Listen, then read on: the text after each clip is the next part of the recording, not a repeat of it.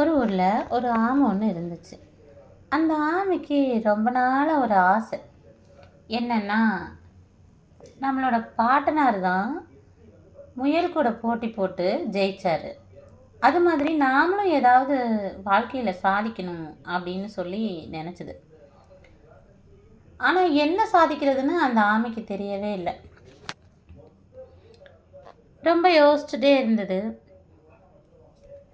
அப்புறம் அதுக்கு ஒரு ஐடியா கிடச்சிது. என்னன்னா, மனிதர்கள்லாம் விமானத்தில் ஏறி பறக்கிற போல் நாமளும் ஒரு நாள் வானத்தில் பறக்கணும் அப்படின்னு சொல்லி அது ரொம்ப ஆசைப்பட்டுச்சு. ஆமை இருந்தது ஒரு பறவைகள் சரணாலயம்.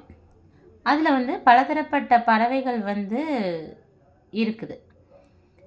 அப்போது இந்த பறவைகளில் ஏதாச்சும் ஒரு பறவை நம்மளுக்கு ஹெல்ப் பண்ணாதான் நம்ம வானத்தில் பறக்க முடியும் அப்படின்னு சொல்லி அந்த ஆமை யோசித்து ஒரு பறவைக்கிட்ட போய் ஃபஸ்ட்டு ஃப்ரெண்ட்லியாக அது பேசுது.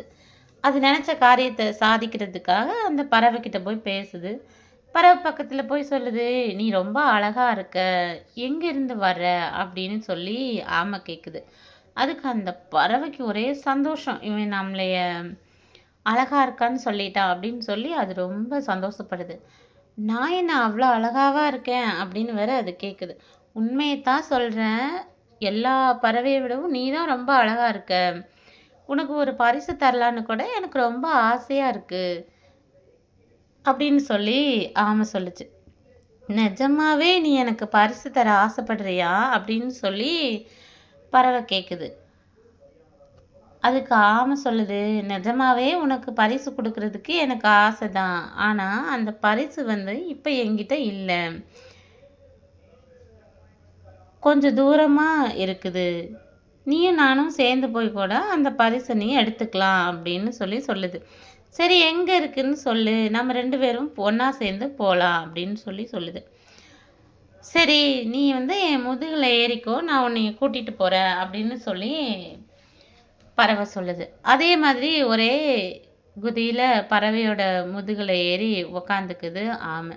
பறவை சொல்லுது, நீ என்னை நல்லா டைட்டாக பிடிச்சிக்கோ, அப்போ தான் நான் பறக்கும்போது நீ கீழே விழாமல் இருப்ப அப்படின்னு சொல்லி ஆமைக்கிட்ட சொன்னது. ஆமையும் அதே மாதிரி பறவையை நல்லா கெட்டியாக பிடிச்சிட்டு உட்காந்துக்குச்சு. பறவையும் வானத்தில் பறக்க ஆரம்பிச்சிச்சு. பறவை பறந்துட்டே இருக்கும்போது ஆமைக்கு ஒரே சந்தோஷம், நம்ம நினச்சது நடந்துருச்சு அப்படின்னு சொல்லி ஆமை ரொம்ப ஹாப்பியாக இருக்கு. பறவையும் பறந்துக்கிட்டே இருக்குது. அதுக்கே ரொம்ப டயர்ட் ஆயிடுச்சு. உடனே பறவை ஆமைக்கிட்ட கேட்குது, இன்னும் எவ்வளோ தூரம் தான் நான் பறக்கணும் அப்படின்னு சொல்லுது. இன்னும் கொஞ்சம் தூரம் போ அப்படின்னு சொல்லி ஆமை சொல்லுது. பறவைக்கு என்னவோ போல் ஆயிட்டு, இனி எவ்வளோ தூரம்தான் நம்ம பறக்கணும், இனி என்னால் உன்னை சுமக்க முடியாது, என்னால் பறக்கவும் முடியல, நீ சொன்ன இடம் வந்துச்சா இல்லையான்னு ரொம்ப எரிச்சலாக கேட்டுச்சு. பறவையே ஆமை சொல்லுது, பறவையே என்கிட்ட பரிசு எதுவுமே இல்லை, எனக்கு ரொம்ப நாளாக வானத்தில் பறக்கணும்னு ஒரு ஆசை, அதனால் உங்ககிட்ட இப்படி ஒரு பொய்யை சொன்னேன் அப்படின்னு சொல்லுது ஆமை. உடனே பறவைக்கு ரொம்ப கோபம் வந்துடுச்சு.